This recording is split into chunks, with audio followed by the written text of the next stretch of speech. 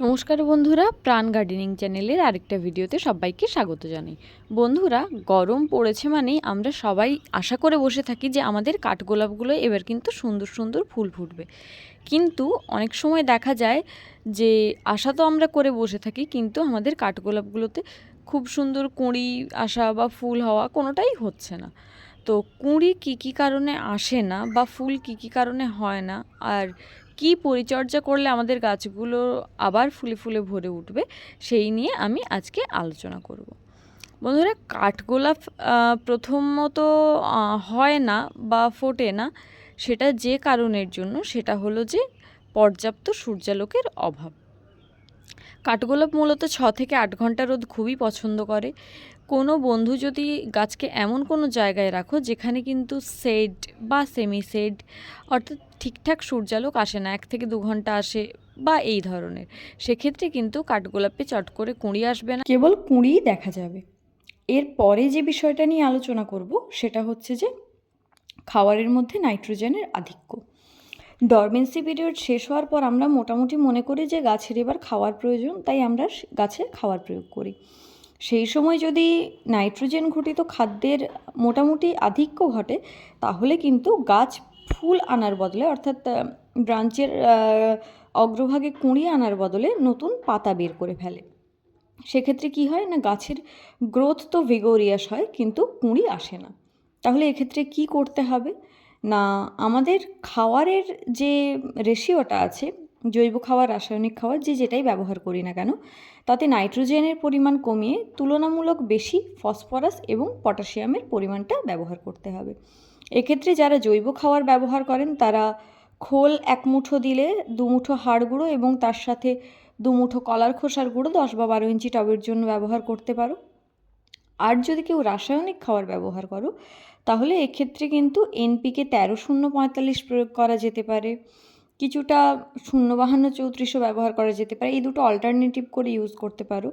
অথবা যে কোনো ব্যালেন্স এনপিকে, অর্থাৎ এনপিকে 15-15-15 বা 19-19-19 বা 20-20-20, যে কোনো একটা ব্যালেন্স এনপিকে মোটামুটি প্রয়োগ করে অন্য আরেকটা দিন সপ্তাহের, সেক্ষেত্রে এনপিকে 0-0-50 প্রয়োগ করা যেতে পারে। আর এই রাসায়নিক খাবারগুলো 1 লিটার জলে 1 গ্রাম করে গুলে গাছের পাতায় স্প্রেও করা যেতে পারে, অথবা ছোট আইসক্রিম চামচের 1 চামচ গাছের টবের গোড়ায় চারিদিকে দিয়ে সপ্তাহে 1 দিন করে জল ঢেলে দেওয়া যেতে পারে। আর স্প্রে যদি করতেই হয় তাহলে কিন্তু একদম ভোরবেলায় বা একদম বিকেলবেলায় করতে হবে। আর লক্ষ্য রাখতে হবে স্প্রে করার 6 ঘন্টার মধ্যে যেন বৃষ্টি না হয়ে যায়। যাদের কাছে স্টিকার আছে তারা কিন্তু স্টিকার সহযোগে এটা স্প্রে করার চেষ্টা করবে। তো এই গেল আরেকটি কারণ। বন্ধুরা, আমার এই কাঠগোলাপের গাছটাকে দেখো, এটাতে কিন্তু কোনোভাবেই কুঁড়ি আসছে না। তার কারণ এটা যে জায়গায় আছে সেই জায়গায় দিনে মাত্র 4 ঘন্টা রোদ পায়, ফলে ওপর দিকে পাতাগুলো কেমন ছোট ছোট হয়ে গেছে এবং 2-1টা জাস্ট পাতাই বেরোচ্ছে। সেই জায়গায় আমার অন্যান্য কাঠগোলাপের গাছগুলো কিন্তু ভুরি ভুরি ফুল দিচ্ছে। কিছু কিছু গাছের প্রকৃতি হচ্ছে দেরিতে ফুল আনা, কিন্তু কিছু কিছু গাছ আবার রোদ না পাওয়ার জন্য মোটামুটি ফুল দিতে লেট করে।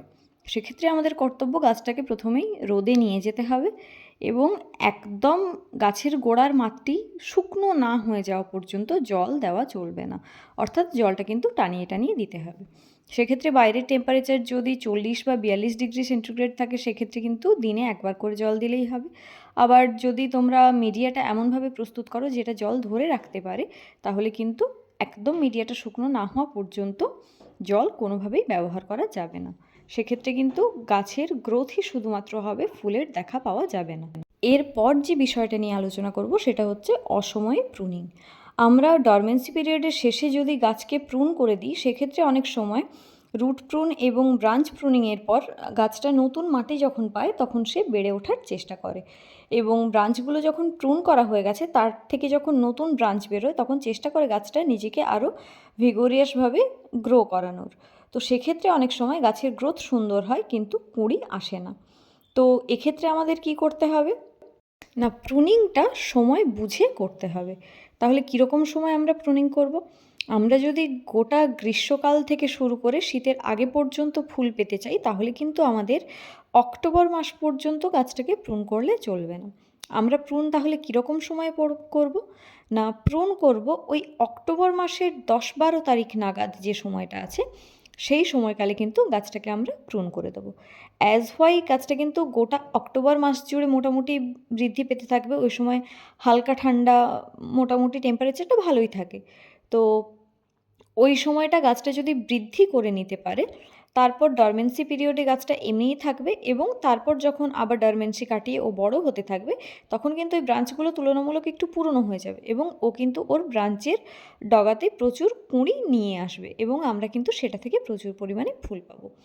যারা অক্টোবর মাসে প্রুন করতে চাইছো না বা যাদের মনে ওই সময় প্রুন করা নিয়ে কোনো রকম সংশয় আছে, তারা কিন্তু সেপ্টেম্বর মাসের শেষের দিকেও গাছটাকে প্রুন করতে পারো।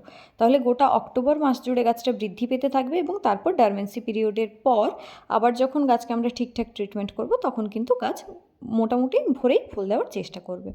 তো এই ছিল কাঠগোলাপ গাছে কুঁড়ি কী কী কারণে আসে না এবং কি করলে আবার আমরা গাছ ভরে ফুল পাবো, সেই সংক্রান্ত ভিডিওটা ভালো লাগলে প্লিজ লাইক করো, তোমার বাগানে বন্ধুদের সাথে শেয়ার করো আর চ্যানেলটাকে সাবস্ক্রাইব করে প্রাণ গার্ডেনিংয়ের সাথে থেকো। আসছি খুব শিগগিরই অন্য একটা ভিডিও নিয়ে। নমস্কার।